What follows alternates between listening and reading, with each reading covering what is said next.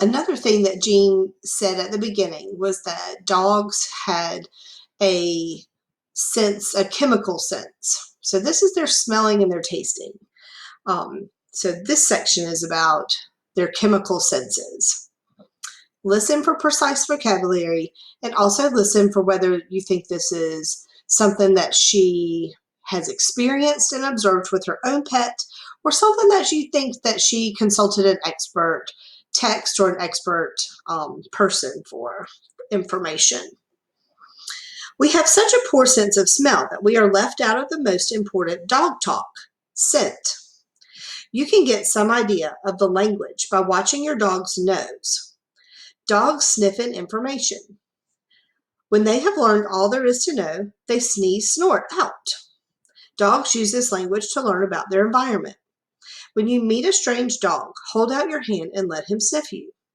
Sniff back. Your scent and sniffing tell the dog that you are friendly. Although you will learn nothing by your sniffing, he will learn what sex you are and whether you are an adult or a young person. He will know if you have just eaten and what it was. He will snuffle your clothes to learn more about your dog. A snuffle is more than a sniff. It is a deep inhale, a thorough investigation. When you come home, your own dog will want to snuffle your coat and clothes, and he will know where you've been and with whom. Watch his tail. If you have been with a dog he dislikes, that crick may appear, or he will whisk his tail to say he is jealous. Remind him that he is the most wonderful dog in the world, with a sniff or a hug. Dogs can tell you wonderful things by tracking with their noses. They show you where the rabbit and deer went. They can tell you if a groundhog is in his hole. The gift of smell was a primary reason for domesticating the wolf. Over the eons, careful breeding developed hunting specialists.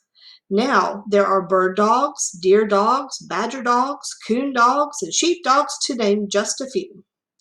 Scent marking or urine spraying leaves chemicals that are a dog's newspaper. In it is all the neighborhood dog gossip.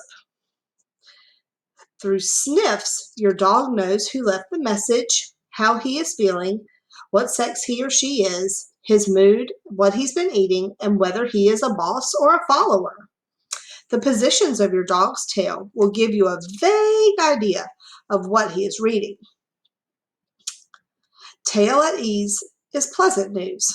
Tail down, the news is worrisome.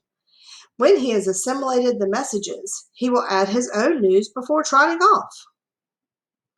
Females leave their newspaper on the ground, where they squat spray. They will read the male news on the tree trunks and fire hydrants, but not with as much interest as the males do. Female news, however, is read avidly by male dogs. You are limited in your ability to talk to your dog in scent, but there are a few odor messages that you can give him. Get out a treat and tell him he's a good dog. He knows the odor of a treat. Rub your hands over his body and then over yours to tell him you are best friends. So hopefully you can find some evidence of things that she might have researched versus things that she might have experienced.